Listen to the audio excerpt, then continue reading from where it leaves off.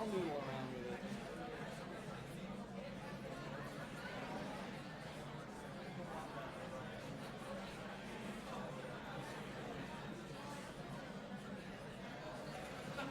All right, well, better get started.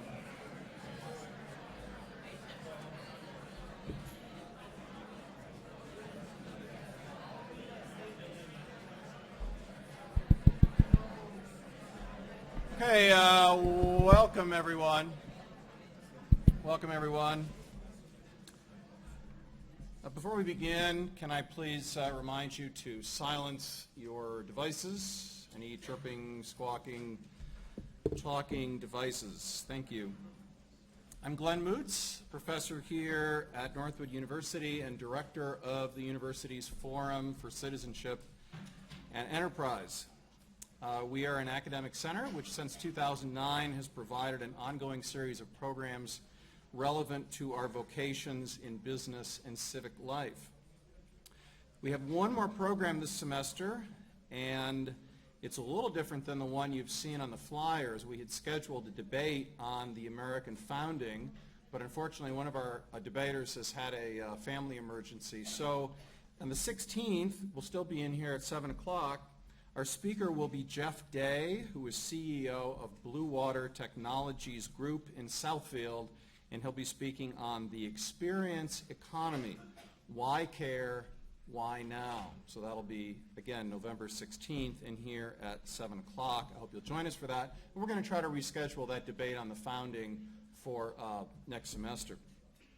Also, if you look on the screen, you'll see a mini URL that you can use on your phone, tablet, or computer. And students, it's imperative that we get your feedback. We want your feedback on this program, and so does our co-sponsor, the Institute for Humane Studies. And that that mini URL will be up after the program and also during Q&A as well. The Institute for Humane Studies, our co-sponsor, advances a freer society by facilitating scholars and students like you who share an interest in liberty. And if you have questions about IHS programs, please contact me and I'll be happy to assist you. In fact, we have a program coming up on November 18th. If you're interested in that, that's a Saturday program. Tonight, we engage not only one of the big questions of the moment, but one of the big questions of the future. Islam is not only the second largest religion, it is the fastest growing religious group in the world. According to the Pew Research Center, Muslim populations will grow twice as fast as the overall world population over the next half century and will, by the second half of this century, likely become the world's largest religious group, nearly 3 billion, or just under 1/3 of the projected total population. Muslim populations are younger and have more children, sometimes twice as many as their neighbors in Europe, for example. These are more than just demographic data points. Islamic countries are destinations for American intervention. Islam is the catalyst motivating controversies over immigration, nationalism, and travel in the West. The world may soon contend with a new nuclear power in Iran, and Islam has been claimed as the motivation of violent terrorist and revolutionary groups who are changing everyday life around the world. Muslims around the world also offer competing visions of law, community, and society that may seem strange or foreign, including to some of you here. As you know, here at Northwood, we are concerned about freedom, free markets, individual responsibility, and limited government.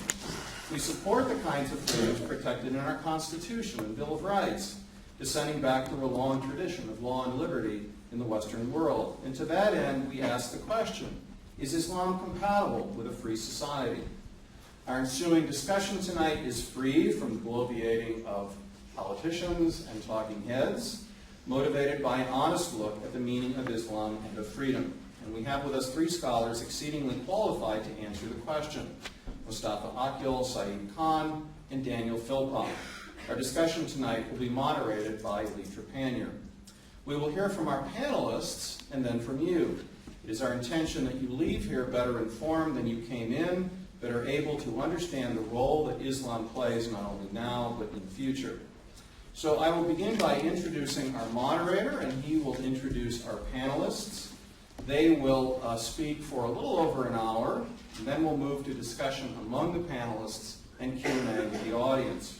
Our entire program will run no longer than 9 p.m., and after that we'll have refreshments in the upstairs lobby. I hope you'll join us, although I think we're going to run out of cake. So, if you really want cake, get there soon. So with that, let me introduce our moderator. Professor Lee Trepanier is Professor of Political Science at Saginaw Valley State University. He is editor of the Lexington Books Politics, Literature, and Film series, and the editor of the website Vogelin View. He is the author or editor of 20 books, the latest being Why the Humanities Matter in Defense of Liberal Education. With that, I will turn it over to him. Please join me in welcoming Professor Lee Trepanier and our panelists.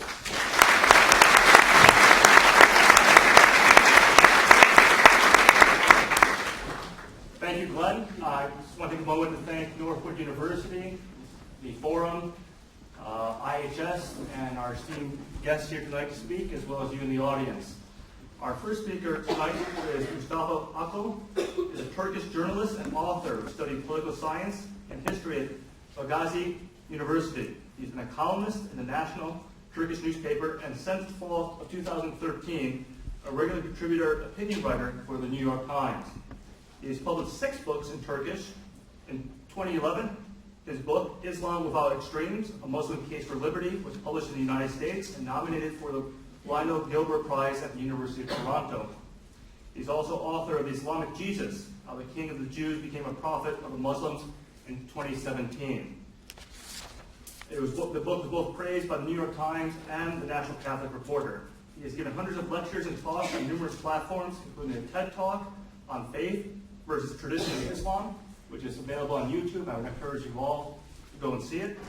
And since January 2017, he's a senior visiting fellow at the Freedom Project at Wesley College. Please welcome Mr. Mustafa Akul. Do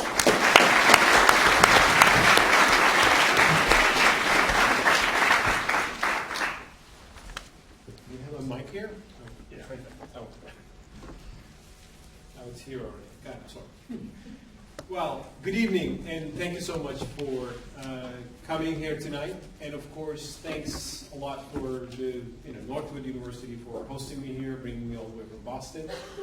And thanks for coming here rather than doing more fun things out there tonight. And it's happy to be here.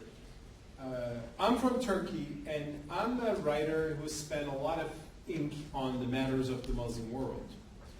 And this is a big question tonight we're going to discuss. Is Islam compatible with a free society? And I'll give an answer, but before that, I want to tell you a few personal stories which might bring some personal insights to this matter.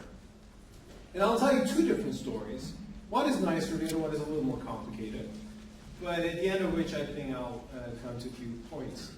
One is a personal story I want to tell you, and that is coming back from the very first trip I had to the United States some 20 years ago from Turkey. 20 years ago, I was a younger man, less white hair, and I was excited to see America, the land of Rocky Balboa for me. I was in my mid-20s, and there was a friend of mine who was already in the U.S. He said, hey, come for a summer holiday, and let's hang out. I said, yes, I got a visa, I came to U.S. And he took me around. We went from New York to California, different places. I was excited with everything I saw. And one morning we were hungry, and he said, let's have breakfast. I said, okay. He said, let's go and eat at the McDonald's. I said, like, will we eat burgers for breakfast? He said, no, McDonald's has breakfast.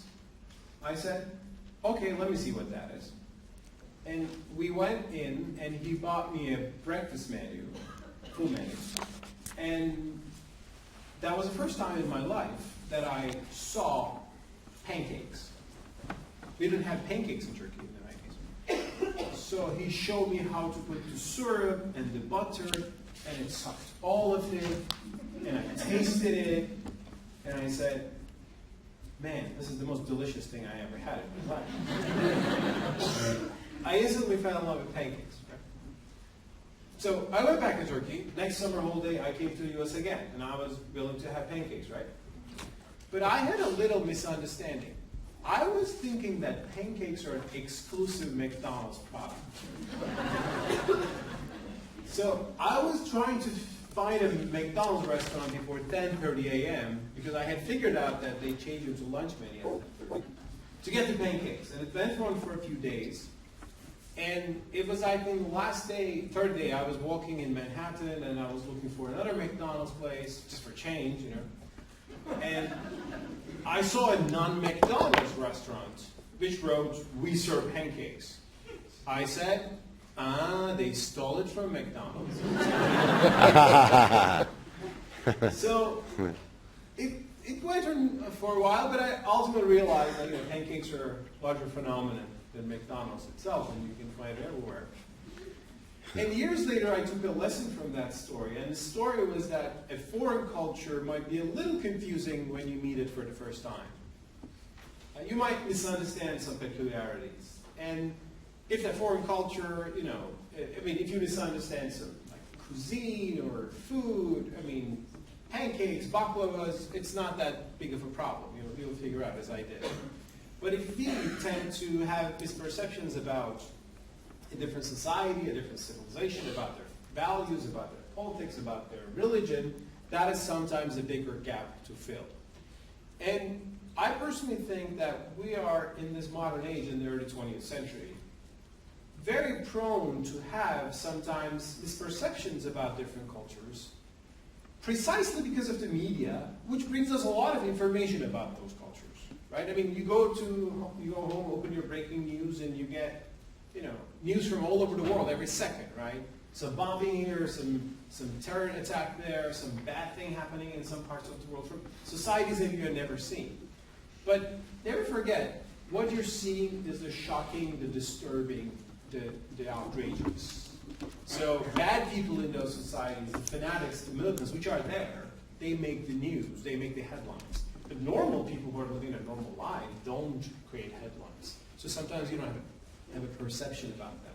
So that is, I think, one thing that has made, unfortunately, painted a wrong image of Islam to some Westerners, understandably, from 9/11, that horrific day in which 3,000 innocent Americans were murdered by a bunch of terrorists. So there is a problem of militancy within the Muslim world today, but that has become the lens sometimes through which we see Islam. And I think that is a misperception. Let me tell you one more thing. The same dynamic is working on the other side as well. When people hear the breaking news from the West in the Middle East, they don't hear the nicest, most likable, tolerant narratives coming out. They hear also what is shocking and disturbing. To figure this out, I made a research in 2012 to figure out which American religious figure appeared most frequently in the Turkish media. And the research, which I'll admit was simple, it was a Google search. I just typed the word pastor to figure out. And it turned out that the most frequently quoted American religious figure in the Turkish media was the gentleman from Florida who wanted to burn a copy of the Quran. And I understand it's his constitutional right, as people respect people's freedom of expression, but you can use your freedom of expression in a respectful way, in a sometimes disturbing way. He used it in a disturbing way, and he created an image. He was on the news all the time. I remember a Turkish newspaper headline saying, "Now they are burning our Quran." It was not they, it was just one man and head of a small denomination, and many mainstream Christian leaders disapprove that. So there's this dynamic, and when we're looking into a different religion, we should first put that aside. And let's try to understand the nuances, because there are always nuances, there's always a spectrum. And I would say the problem with violent extremists, terrorists, like ISIS, Al-Qaeda, these horrific groups, this is a burning problem, but this is also a very, very marginal problem. The people who have sympathy for ISIS and Al-Qaeda are very marginal, very small groups in the Muslim world. And they typically come from some political fanaticism and some political madness, some anger, and so on and so forth, which can never be justified for any, of course, terrorism. But it is a marginal problem, and that should not be the lens through which we see Islam. It's more of a political problem. In the geographies that you see the emergence of these militant groups, 2 generations ago, there were communist groups, again, mobilizing for some political sort of radicalism. So these were mostly political issues. But I should say, while the extremism problem is relatively marginal, there is a broader problem that I personally engage with very much to tackle and to question, and that is the authoritarianism problem. That's what I call it. In other words, when you go to Muslim countries today, mainstream Muslim countries like Iran, Iran is already an issue. Let's not get into that, but especially in the U.S. Context. Let's say you go to Saudi Arabia. Saudi Arabia is not a terrorist state. I mean, it is a state. It's actually an ally of the U.S. But if you go to Saudi Arabia and promote religious freedom, it will not be very welcome. Even in some mainstream, even relatively more moderate Muslim countries, it can be a problem. So therefore I say, while the extremism, terrorism problem is a relatively marginal problem, there is a broader problem in today mainstream Islam about authoritarianism in the name of religion. And to explain what it exactly is, I'll give you another story of mine, the second story, which is not as nice as the pancake story, but it is, I think, also interesting. This is just 3 weeks ago. 3 weeks ago, I was in Kuala Lumpur, the capital of Malaysia. I don't know if you've been to Kuala Lumpur, but it's pretty far from here. It is the exact other end of the planet, like 12 hours of homes. And I went there for a few events because a liberal Muslim group, and by liberal I mean classical liberal Muslim group who believes in freedom of speech and freedom of religion, they had invited me to give panels to different, to basically Malay Muslim audience. And one event was about apostasy, the right to apostatize from Islam. Like, can you leave Islam and take another religion? I was one of the speakers of the event. And I said, well, if people want to change their religion, as Muslims we can be sorry for them, we can think that they're leaving the truth, we might try to convince them, but we should not punish them for that. Because in Saudi Arabia, they punish those people, they send them to jail. Malaysia is moderate, so they don't send them to jail, they send them to a rehabilitation center. So I said, you shouldn't send people to a rehabilitation center. You can offer rehabilitation if they really want it, but you can't force people for that. So I made this argument, and I remember I said, religion is not something you can police. And I referred to the Quranic verse, a very important Quranic statement, which reads, La ikraha fi din in Arabic, which means no compulsion in religion. Yes, there's a verse like that in the Quran, which says no compulsion in religion. I said we should take the Quran seriously on this matter, so we should not police religion. So it was a nice panel like this, and there were a lot of people, and we had cookies even actually.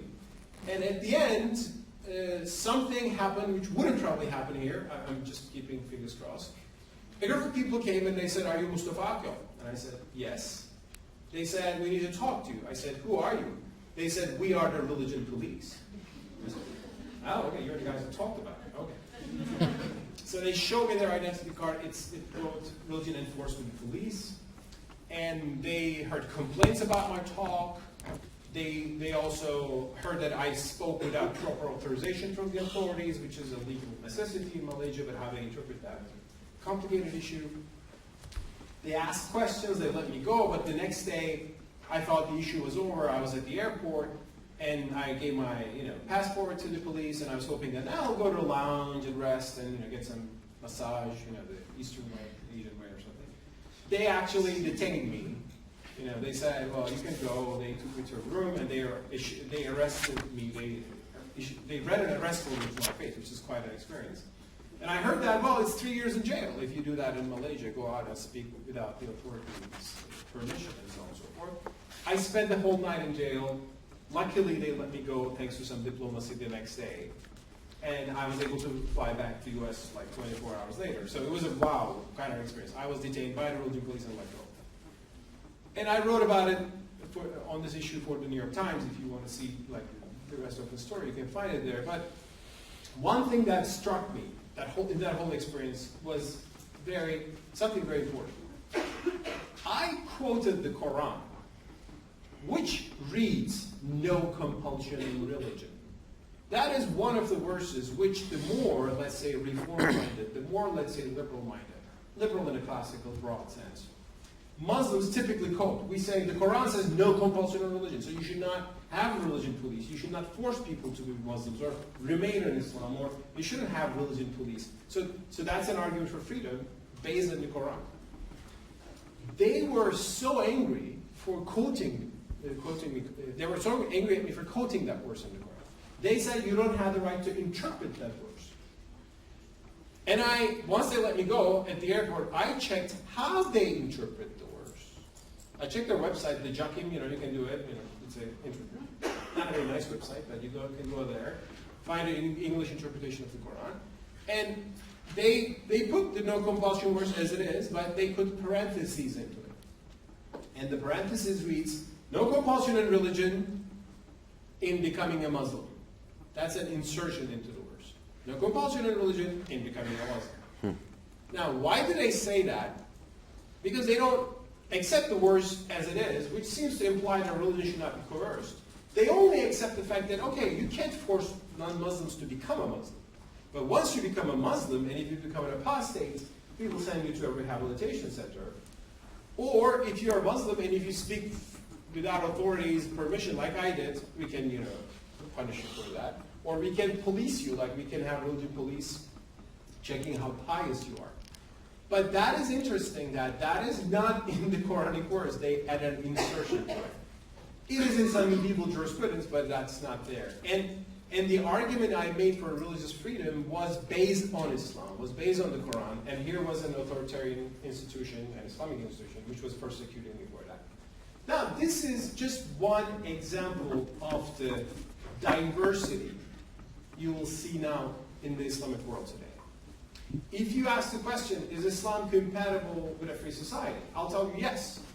My Islam, my wife's Islam, my wife's from Bosnia, they don't have religion police there. In Turkey, we have other problems, but we don't have religion police.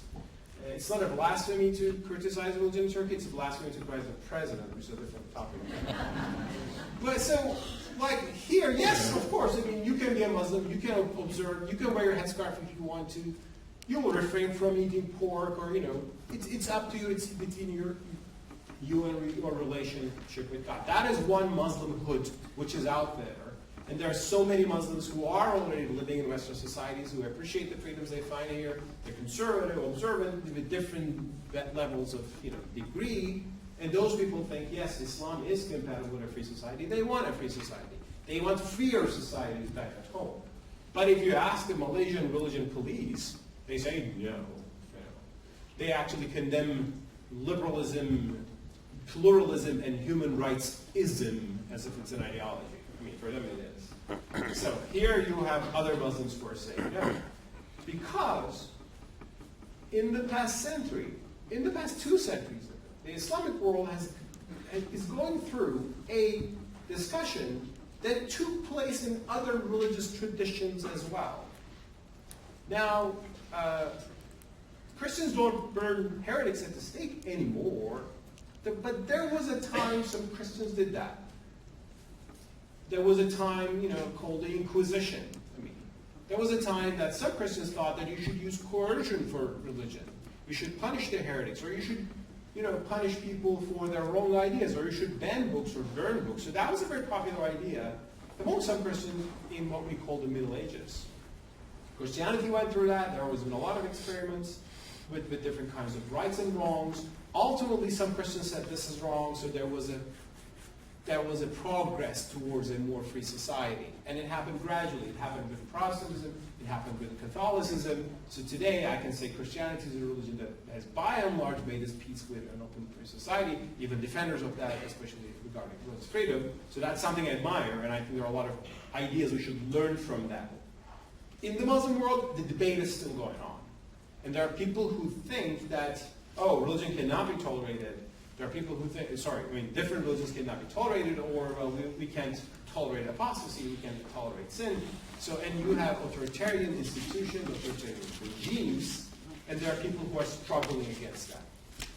Now, this is a battle, and it will be with us for a while. This is a battle that will take time. I'm not going to change the Malaysian authorities' minds by going there once more time and giving another panel, which I don't plan, by the way. I may do a Skype connection through that. Or there there are many other Muslims, I mean, speaking for progress and change, and they are not, don't forget, they're not Muslims who say, they're not ex-Muslims. I mean, there are people who are ex-Muslims too, I respect their point of view too, but these are not ex-Muslims, these are people who claim Islam from the authoritarian interpretation, because they say, what you're doing there is not in the Quran, or what you're doing there is not actually how you would understand the Prophet's example, so it's a debate going on within Islam. And it's an inter-Islamic issue, it will go on, and probably there's not much outsiders can do. But if there's one mistake, what the outsiders can make, non-Muslims can make, is to make the pancakes mistake. To think that, oh, the bad guys here are the only authentic ones. They actually define the whole tradition. To think that the extremists, or let alone the extremists, the authoritarians, define what is Islam. And I sometimes see people thinking like that, and people wanting to believe like that. And I sometimes see people say, Islam is a violent, authoritarian religion that would not allow any freedom, and so on and so forth. And I say, thank you for fully agreeing with the Malaysian religion police and Saudi authorities and confirming their point of view while we are arguing against that. So I think from the outside point of view, the best thing to do would be to see the diversity, see the battles, and watch it, and maybe contribute it with facilitating some dialogue, and contribute it with having amazing events like we're having tonight at Northwood. So thank you so much for that, for this opportunity. Thank you so much for this attention.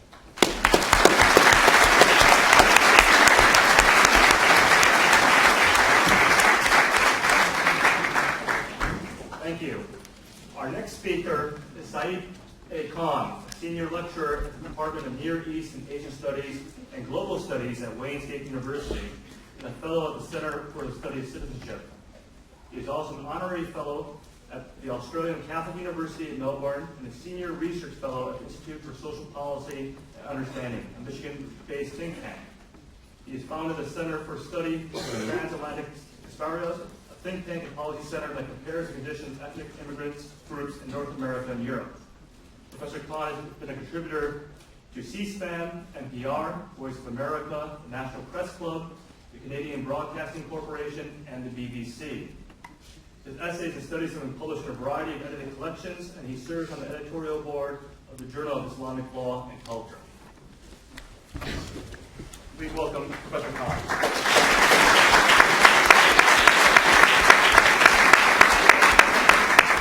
Thank you, Lee. Thank you, Glenn, for the kind invitation and the really awesome dinner, except, I don't know, now I'm hungry for pancakes. Filet mignon, pancakes. And as well as Northwood University, the Forum, and IHS. And also, I'm always humbled by a crowd like this on a weeknight. I guess Grey's Anatomy's done. Thank you to Mustafa for both impressing me and making me hungry. Not with the story about Kuala Lumpur, but about pancakes. Wow. So I'm going to tell you about this place called IHOP. I discovered that. Okay. Good. My work is done then. Mustafa was really helpful in providing for you, I think, an important idea of showing how diverse this otherwise solid structure known as Islam really is. And if you ask any 4 Muslims, what does Islam mean, you're going to get about 13 different interpretations about it. And that's in 5 minutes. If the conversation goes a little bit longer, you're going to find many more permutations about it. And I would argue, looking at it from a different perspective as far as what tonight's discussion is, that free society, in many ways, has to be seen through the same lens. If I were to ask all of you, and given your numbers, we might be here all night if I did, taking a poll of what are the features of free society, I am sure that we're going to get several dozen different interpretations or prioritizations of what factors make a free society. We all have an idea of what free means and, of course, what society means. But you see that this is a much, much more complex issue. Now, I grew up for the first 8 years of my life in England, and for the rest of my life, I won't tell you how long, in the United States. And if you're wondering what happened to the accent, New York, when I was 8 years old, happened, because when you're speaking with a British accent on the playgrounds of Queens, and you're accused for the first 3 weeks in a row of being a posh Puerto Rican. There weren't too many South Asians back in 1975 in New York, so that was the closest thing they could go ahead and accuse me of being. I said, yeah, I think I'll lose the accent until the next time I visit London. The Canadian scholar Charles Taylor has talked about what he sees as the central features not of free society, but of Western modernity. And notice how it's so convenient and easy for us to make that inferential leap or put that equal sign between Western modernity and free society as though these things are completely synonymous. He says that the three features are economy, which he essentializes as being capitalist free market, the public sphere, and self-governance. So in asking the question not so much whether Islam is compatible with free society, let's at least go ahead and see if Islam is compatible with Western modernity. Because the one thing that we can say with all surety is that we live in Western modernity. Well, as far as the economy is concerned, Islam actually started off within a very capitalistic society. Mecca in the 7th century of the Common Era was all about trade. And in fact, it was exactly because of the trade and the commerce that was bustling in places like Mecca and Medina that allowed Islam to then springboard around the peninsula and within 50 years become a tricontinental force. Many people like to say that Islam spread by the sword. It actually spread by the caravan.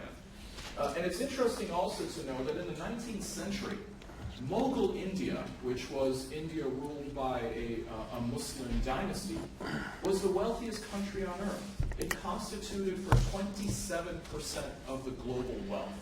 So for a religion that is sometimes considered to be antithetical to the West, and particularly this concept of economy, which so many people hold dear and even sacred, clearly we see that economics, different economic models, and wealth per se is not something that Muslims shy away from.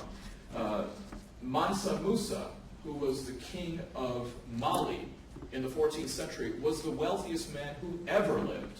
I mean, take Bill Gates, Mark Zuckerberg, Carlos Slim in Mexico, and 10 or 12 other people combined, and you wouldn't have the wealth of a Mansa Musa. When he was traveling to the pilgrimage in Arabia, he went through Cairo and had so much gold that he devalued the economy of Egypt just by the simple fact of how much money he had.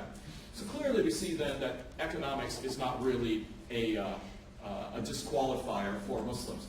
When it comes to the public sphere, the German philosopher Jürgen Habermas has done a lot of work on this, and I'll spare you going into too much detail about Habermas. But if you ever see Muslims gathered, their idea of a public sphere is anywhere there's a cup of coffee, and they will go ahead and have some of the most lively and active debates. And they will debate anything and everything for you. So the idea that they are sheltered in going ahead and engaging in the kinds of conversations which make a vibrant society just doesn't happen. Ask anybody who has a Muslim mom. Third is the idea of self-governance. Now, self-governance may not necessarily mean a full democracy. It may be a representative form of government. But again, here we find that when it comes to Islam, when it comes to Muslims, given the fact that democracy right now is the dominant political system in Western modernity, there are several Muslim countries that are in fact democracies. Unfortunately, as Mustafa said, media narrowing tends to then focus on certain countries which aren't, particularly monarchies like Saudi Arabia. But I'm going to go ahead and give you 4 countries and see if you can come up with a common denominator. Pakistan, Indonesia, Bangladesh, and Turkey. Any ideas? Other than the fact that their national dish is not pancakes. They're all Muslim. Anything else? They've all had, they're not only democratic, but they've all had women as prime ministers. Pakistan had Benazir Bhutto, Indonesia had Megawati Sukarno Putri, Bangladesh has had 2, Khalida Zia as well as Sheikh Hasina, and Turkey, of course, had Tansu Çiller back in the mid-1990s. I'm trying to remember when the United States had a female prime minister or president. I mean, you can tell me offline on that one. So if we take a look at what Taylor is saying, as far as what not only defines Western modernity and by extension free society, are these compatible with Islam? I think we've now come to the conclusion that that's an emphatic yes. But to be fair, I think we're not only looking at Islam from being a religious system. You know, when we think about Islam, of course, it is a theology, it is a faith which 1.7 billion people hold on to. Perhaps by the end of tonight's session, it'll be up to 1.8 billion, who knows. But what we find, though, is that along with that, there is a culture to Islam. There is a sociology to Islam. And as a result of it, we have to understand that that's where you see the variation. Clearly, somebody can go ahead and say that these are the religious tenets, and even the religious tenets will go ahead and allow for something. But in many societies that have a rock, scissors, paper kind of relationship with authority, and as Mustafa was alluding to, mechanisms of social control, religion is not the only one. You have culture, you also have politics, or the state that is trying to exert itself. And the one and best way that you can go ahead and exert social control, whether it is in the state, whether it is in a community, or whether it is even in the home, is say that God said you can't do this. Clearly, for those of you who are much younger than I, you probably have more recent memory of asking your parents for something, and your parents said no, and the answer might simply have been why, and they said because. They might expand on that and say, well, because I told you. Or they might find some other authority, usually a higher authority, by which they can go ahead and justify it. So it's important to see then how cultural Islam then plays a big role in shaping the idea of how free a society people want it to be. Now, one of the defining features also of Western modernity is the nation state. And we take it for granted because basically it's the only system that we've ever known when it comes to our social political engagement. But the nation state is actually not that old when you think about human history. The nation state is actually only about 469 years old. It's actually younger than Harvard University. Harvard was formed in 1636. The concept of the modern nation state comes about in 1648. And the rationale for it is actually at the end of war. The 30-year war in Europe, which was fought a century after the religious Protestant Reformation. Wael Hallaq, who was at Columbia University, not a Muslim, mind you, but one of the foremost experts on Islamic law, wrote in his book, The Impossible State, that the modern state is a bad fit for Muslims, but not because the modern state is necessarily a free society, but because the modern state places primacy on the political and the economic